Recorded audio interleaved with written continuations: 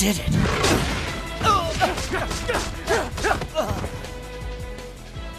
Don't ever lose again. Not ever.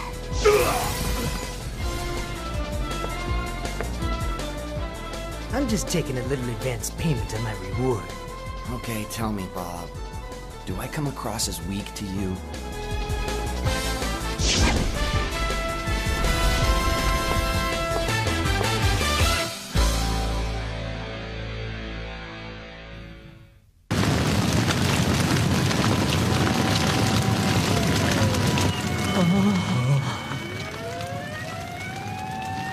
Ang bike ko, nasusunog na talaga.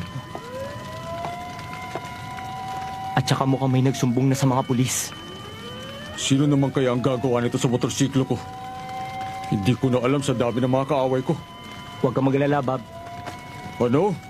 Malalaman din natin kung sinong gumawa niyan. Tapos babawian natin siya, doble pa yung babayad natin. Hindi ganun kadali yun. Saan natin hahanapin ang gumawa nito? Basta hahanapin natin silang lahat. Uumpisahan natin sa mga maliliit. Tapos iisa-isahin natin silang pupulbusin. Hindi tayo titigil hanggang hindi natin nahahanap yung gumawa. Ganun lang kasimple yun, di ba? Ba't ganyan ang mukha mo? May kutob ako na ang maaligid lang dito ang gumawa nito. Hahanapin ko na siya, tatapusin ko na siya. Kadalasan malamig naman ang ulo ko eh. Ngayon lang ako nagalit ng ganito. Sigurado magagalit din si Jackie. Sayang, gustong-gusto niya rin ang bike na yan. Siya nga pala, nasaan na siya? Di ba sabi niya pupunta lang siya sa laundromat? Huh?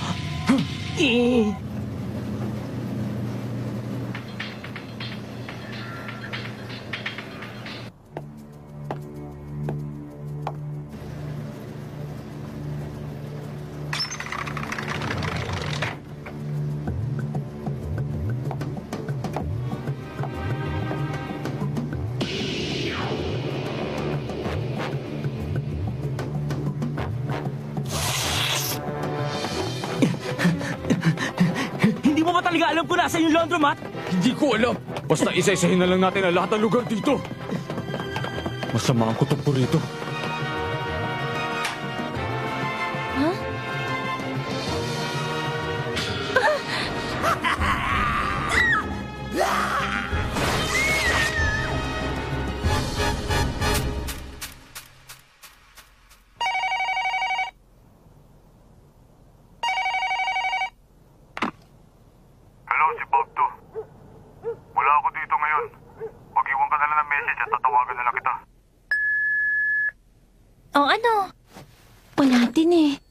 Wala din si Makihara doon. Akala ko pa naman nandun si Soichiro sa bahay ni Bob. Sinabi ko na kasi sa'yo na huwag ka mag-alala doon eh. Gumagamit lang naman ng berdugo ang mga team para disiplinahin ang mga nanggugulo, hindi sila mapapano. Saka ginagawa lang ang pagdisiplina sa loob ng campus. Saka kung hindi sila lalaban, hindi sila mapapano. Saka tanggapin na lang nila yung parusa. Pero ano itong masamang nararamdaman ko? Parang may masamang mangyayari. Sumasakit ang ulo ko. Sumasakit ang tiyan ko. Nasusuka ako. Oh, bakit? Pupunta lang ako sa banyo. Huwag mong sabihin may laman na yan. Sira ka ba? Hindi ako buntis, no?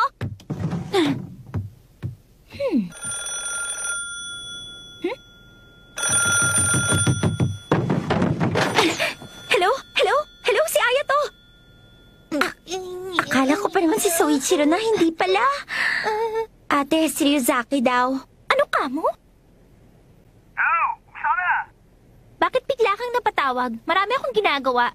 Kung hindi importante, ibababa ko na to. Come on now, don't be so cold to me. The main event is just about to begin. I'm afraid the opening act was a little lacking in one-on-one interplay. This is my first job in a while. I intend to have a whole lot of fun. What are you talking about? Di ba may dalawang bata ang pinagtitripan nito nakaraan? Interesado kasi yung presidente namin sa kanila eh. Nagbabala siya ng utos para dun sa dalawa. Madami ng mga bertugo naghahanap sa kanila.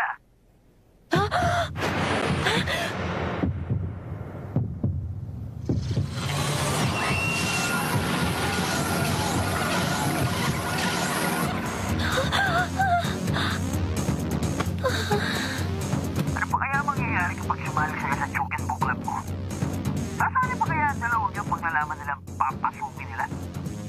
Yusaki, hindi mo naiintindihan. Wala pang koneksyon ng dalawang batang yun sa amin. May gusto lang ang kapatid ko dun sa isa. Yusaki! Yusaki!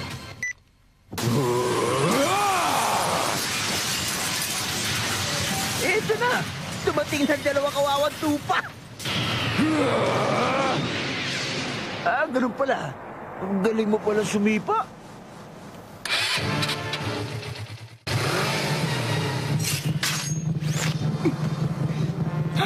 Teka, Aya! Huwag mo kong pipigilan, Ate Maya. Pero hindi mo alam kung nasa si Rusaki ngayon. Saka bakit naisip kong gumamit ng motorsiklo? Okay lang, no? Marunong naman akong gumamit ng motorsiklo. At saka, nakikita ko sila. Ang linaw nga eh. Malakas ang pangamoy ko kay Soichiro. Siguro, ganito nga talaga kapag umiibig ka.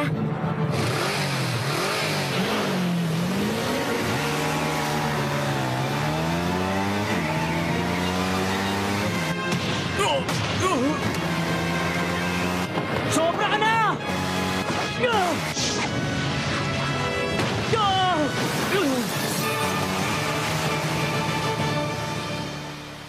Ang angka ng Natsume ay may kakaibang miyembro sa bawat henerasyon na dumadaan. At ang kakaibang kapangyarihan ni Aya ay malapit nang magpakita. Mga mata ng dragon. Sa sigurong China, ang tawag doon ay matang kristal. Ang mga matang yun ay nakakapagda ng lahat. Minsan nakikita nun ang mga nangyayari sa nakaraan at sa hinaharap. At hindi lang sa mga nilalang, nagagamit niya rin yun para kausapin ng mga bagay na wala namang buhay. Unti-unti nang nalalaman ni Aya ang kanyang kapangyarihan. Baka hindi talaga nagkataon lang na nagkagusto siya sa batang yun. Para sa akin, ang batang yun ay isang walang utak na mahilig makipag-away. Pero hindi ko masasabi. Baka may pag-asa pa siyang magbago.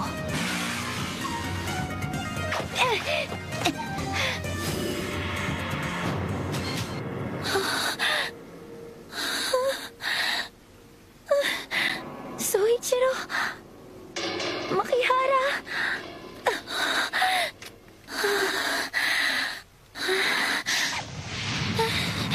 Hello?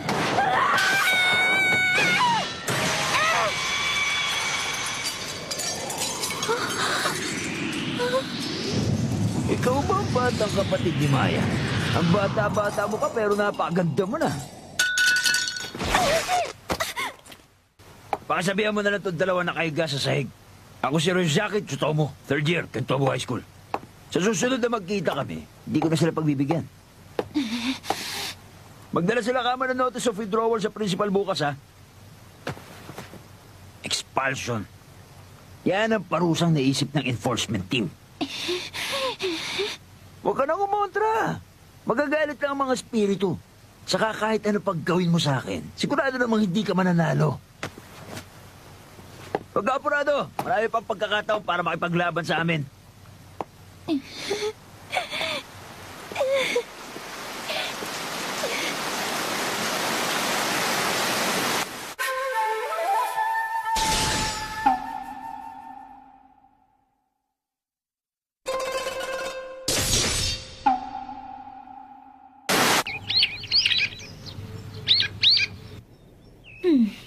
May pag-asa pa kayang maayos to?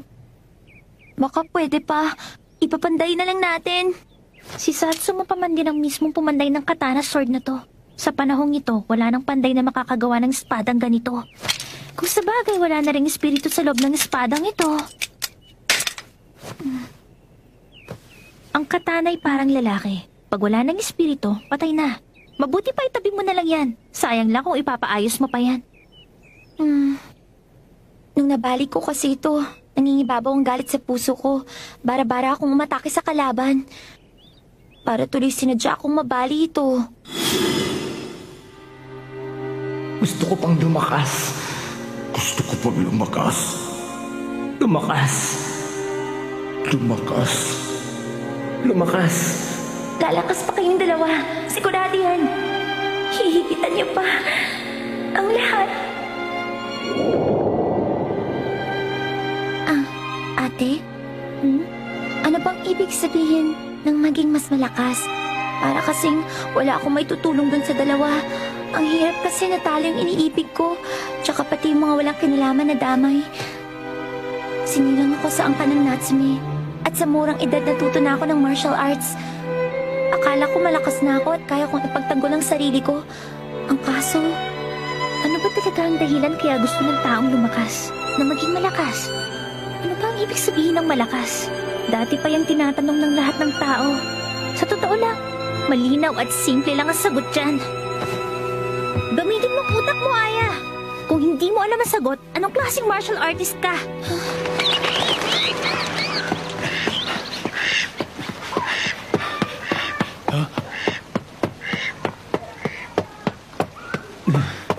Para namang hindi grabe yung natamo mo nung isang gabi, ah. Ikaw nga para hindi ka sinikmura ni Soichiro nung isang araw eh. Nakakasagot ka pa pala na parang pilosopo. Okay ka pa pala. Teka, yung Ryuzaki at enforcement team, sabihin mo sa akin, sino ba sila talaga, ha? Sabihin mo! Ang alam ko, nung panahon pa ng eskwelahan ng Tobojuko, meron ng enforcement team. Nung panahon na yun, tinaguyod ang grupong yun. Para manumbalik ang martial arts ng eskwelahan ng Tobojuko, napilitan ng martial artist at gumagamit ng espada na sumali sa samahang yun. Kumbaga, naobliga sila. Pinaglalaban ng grupong yun ang magandang pangalan ng eskwelahan. Puro malalakas at disiplinado ang mga miyembro ng samahang yun. Puro malalakas at disiplinado ang mga miyembro nila? Huwag mo silang labanan. Kahit gaano ka pakagaling, di mo matatalo ang mga taong yun.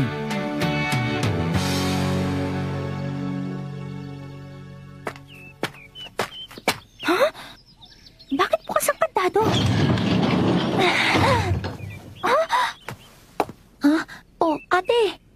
Anong problema? Parang nagmamadali ka. Yan lang. Ito ba? Gagamitin ko lang sana ito bilang kapalit ng espada ko. Hindi pwede! Bakit, ate? Dahil ba, espada yan ang kapatid natin? Pero kung hindi pwede, bakit pumayag ka na gamitin ko yung bike? Kay kuya din naman yung motorsiklo na yun, hindi ba? Bakit hindi ko pwedeng gamitin yung katana na yan? Aya! Mangako ka!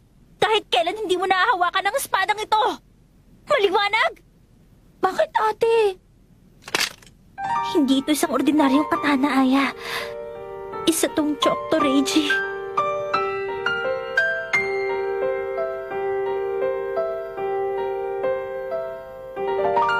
Kapatid ko.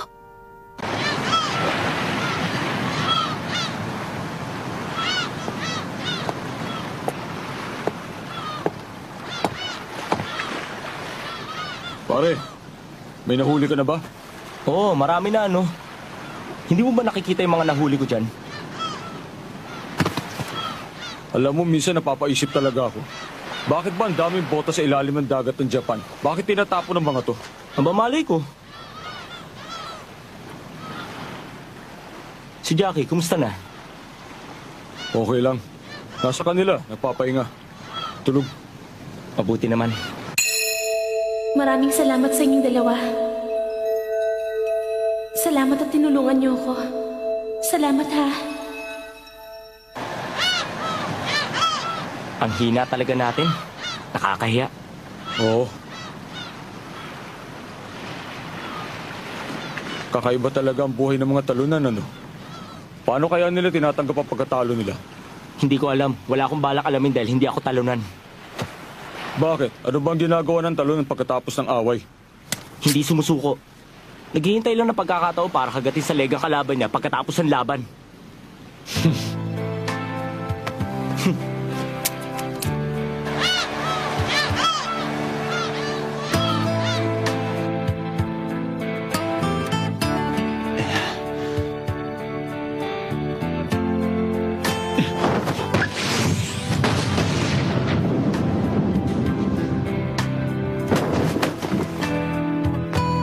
Malas.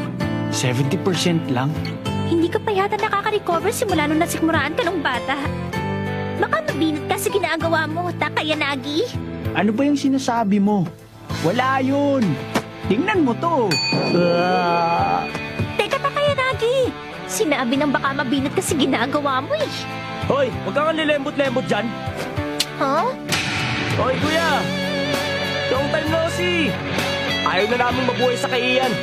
Hindi naman kami papayag na kakaya-kayanin lang ng mga taga-enforcement team. Kaya nandito na kami. Kaya hihingi na kami ng tulong ninyo. Todo High School, first year. Soichiro Nagi. Ako naman si Bob Makihara. At gusto namin sumali sa Juken Book Club ninyo. Soichiro, sasali ka? Sa loob ng 3 buwan. Pagkalipas ng 3 buwan, magiging mas malakas ako sa inyong lahat. Tapos gaganti kami kay Rizaki. At pababagsakin namin ang enforcement team. Sinabi niya yan na walang bawian. Mga bata, gusto ko ang ugali niyo. Pinabati ko kayo. At mula nung araw na yun, dumating na ang tinatawag na pinakamalakas na miyembro ng Juken Book Club. Ano? Ano ibig sabihin? Ang sabi ko, nag-request si Maya Natsume na kanselahin ang expulsion ni Soichiro Nagi at Bob Makihara. Kaya hindi sila aalisin sa eskwelahan. Ang babaeng yun talaga. Alam ba niya kung ano ginagawa niya? Hindi lang yon. Pumayag din siya na sumali ang dalawang yun sa Juken Book Club niya. Yun naman ang hindi nagustuhan ng presidente. Natsume. Bakit? Ano bang sinabi ng enforcement team? Ryusaki? Alam mo, kung ako sa'yo, huwag mo mamalitin ang enforcement team, Maya. Kapag sinabi nilang hindi, hindi. Nakapag-desisyon na sila eh. Patatalsikin sa eskwela ng 2 batang yun. Alam mo naman yun. Sa loob ng campus, kung ano kagustuhan ng enforcement team, yun ang nasusunod. At hindi na pwedeng kontrahin yun. Sasali pa sila sa Juken Book. Wala silang permiso namin, kaya hindi pwede. Hindi mo ba naiintindihan yun? Nakikinig ka ba sa akin? Huwag ka magbingi-bingihan, uy! Uy! Sa palagay ko, malaki ang takot mo dun sa 2 bata. Kung sa palagay mo, habang buhay kang ganyang kalakas, nagkakamali ka. Maya. Alam mo, bihira ako nga pala makita na suit-suit pa yung uniforme mo. Sindihan kaya natin ang konti. O di naman kaya, lilitsunin na kita hanggang pwede na kita kainin, ha? Ginagamit ni Ryusaki ang hangin galing sa apoy. Ganyan na pala siya. Mas malakas na nga siya kumpara sa dati. Kung tutusin, ang dapat lumaban sa'yo yung 2 bata, hindi ako. Pero, nagsasanay din ako ngayon kaya pwede rin kitang patulan. Pasensya ka na sa akin pero maikli pa rin ang pasensya ko. Hindi ako pwedeng magbulag-bulagan. Tara, itong sanga na to lang ang kakailanganin ko para talunin ka. Inyabang mo talaga. Pagsisisihan mo ang araw nito dahil tatapusin na kita! Maya!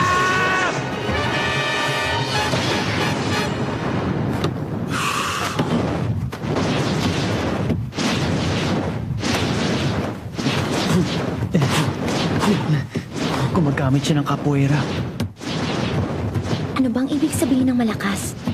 Ano bang ibig sabihin ng maging malakas? Parang alam ko na ang sagot.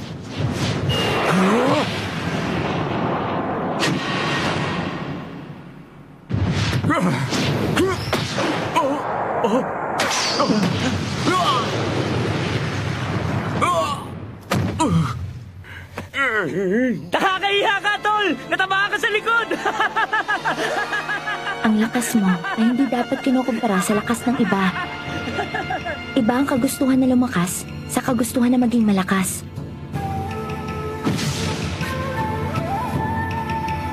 Dapat ay alam na ng lahat na laging may ibang tao na masigit na mas malakas kaysa sa kanila. Pero kahit alam nila ito,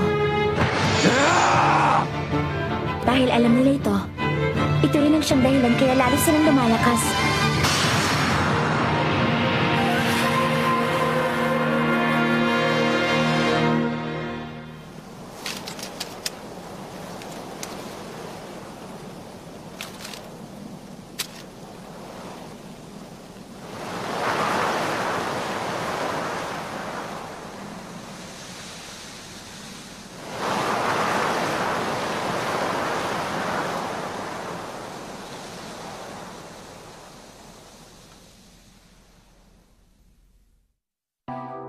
してねもっと愛してねもっと愛してよね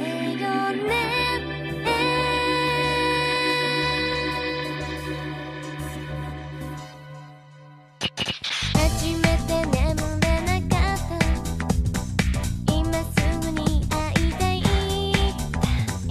抱きしめられたぬくもりがずっと消えなくてあの日始まった恋今でも変わらない二人だけのこの時をただ大切にしたいから愛してねもっと愛してねもっと愛してよねもっと私だけを見て愛してねもっと愛してねもっと愛してよねもっとだったあなたが好き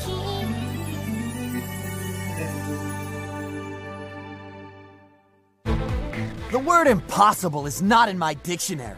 So let's create a camp that challenges you to become the strongest guy ever. Next episode of Tenjo Tenge, Suspicion. I gotta admit, those sisters are damn hot.